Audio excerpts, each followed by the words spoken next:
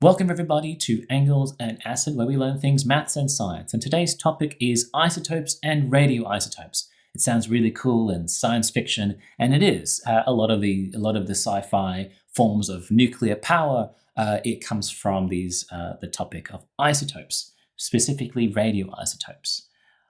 So what is an isotope? I've got a definition up here on the screen for you to look at, but another way of looking at it is I like to think of an isotope as a family. Now, your family, your mum, dad, and your siblings, they all generally share the same last name, so you have the same name, and you live the same house, so same street address, but your brothers, your sisters, and your mums and dads, they have different. Some of you are heavyweight, some of you are lightweight, and so that's the same sort of idea for isotopes in chemistry, where you have members of the family.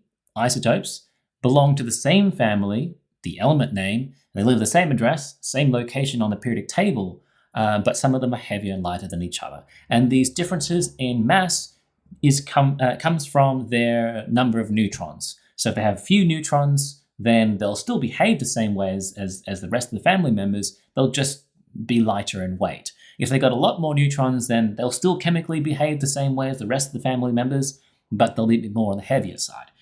So here on the screen, I've got the three family members of hydrogen. Hydrogen 1, hydrogen 2, and hydrogen 3. What do I mean by 1, 2, and 3? You can see here that I've got the sort of notation symbol here, where the upper left-hand corner represents the mass number. So this isotope of hydrogen has a mass number of 1. In fact, that's how we tell the isotopes apart. We tell them apart by how heavy they are. So if I've got an isotope with a mass of 2, then that's what I use as that signifying notation. This one's hydrogen 2. Similarly, here's the last one here. I've got 2 neutrons and a proton. That gives me a mass number of 3, hence hydrogen 3. The other way of expressing it is you can actually write the name hydrogen dash 1. So that's what this is all about. So this is another way of writing and sort of signifying which isotope we are referring to. So this one is hydrogen 1, this is hydrogen dash 2, hydrogen 3. Another way you can do it is you might write H-1.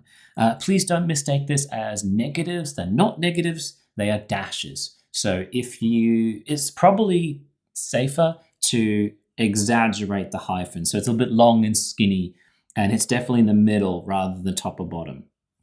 So that might be there, so make sure you don't get caught out.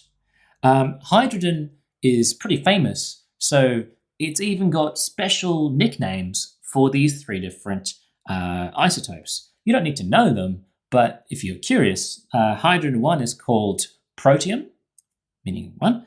The hydrogen 2 is known as deuterium. That's a very special one. In fact, we have a very special purpose for it.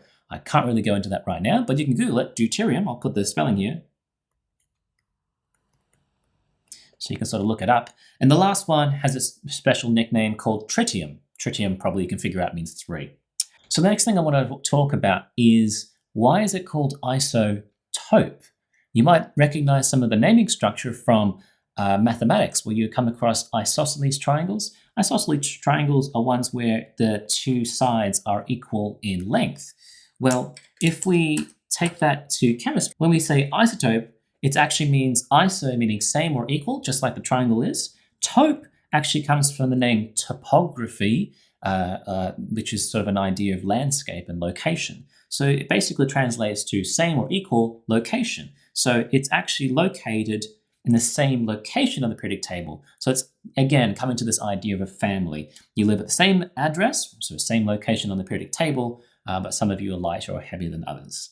Next, I would like to talk about radioisotopes. Radioisotopes, these are isotopes of a particular family, but these specific members of the family, these isotopes, are unstable, meaning their nucleus is unstable. It's not very happy. And you can sort of figure out if this isotope or this isotope is unstable by following some very general rules. So here's a couple of general rules. For small atoms, you roughly want a ratio of protons to neutrons to be roughly 1-to-1. Not strictly 1-to-1, but roughly 1-to-1. If you have too many neutrons, that becomes unstable. If you've got too few neutrons, again, that becomes unstable. For large atoms like uranium and radium and those big fat atoms, the ratio becomes like 1:2. So for every one proton, you kind of want to have 2 neutrons. And this, I don't know a lot of details as to why this ratio comes about. We sort of come across it by observation, meaning we do basically some plotting on some tables and graphs, and we find that there's a bit of a trend there, that the ratio seems to be 1:1 or 1:2. As to what makes it unstable in the nucleus, well, I don't think I have time to go into in this video about it. Basically, it's to do with a strong force in the nucleus, and too many protons or too many neutrons too close together or too far away it has to be just right, otherwise it won't stick together. I do want to go over an example. Here I've got carbon. Carbon has 3 isotopes. It's got carbon-12, carbon-13, and carbon-14. These are the 3 isotopes of carbon, the family members. Which one of these is most likely to be the radioisotope? Which ones are the most unstable? Well, here I can see that my protons and neutrons, now carbon is a relatively small atom, so we're looking for a ratio of 1:1. So here I can see for carbon-12, it looks like a perfect 1:1 ratio. 6 protons, 6 neutrons, nice and even, nice and balanced. Here I've got carbon-13, 6:7. It's a little bit, it's close to 1:1, it'll do.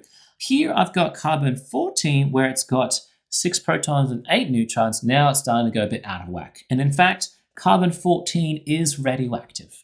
Okay, it's the radioisotope. And this will undergo a nuclear decay. And I'll go into that in the next few videos about what nuclear decay is. There are 3 kinds, alpha, beta, and gamma decay, and what the implications are for those types of decay. But I think that video might not come up for a little while, so stay tuned, subscribe if you like, and I'll get back to you in the next video. Thanks, guys. Bye.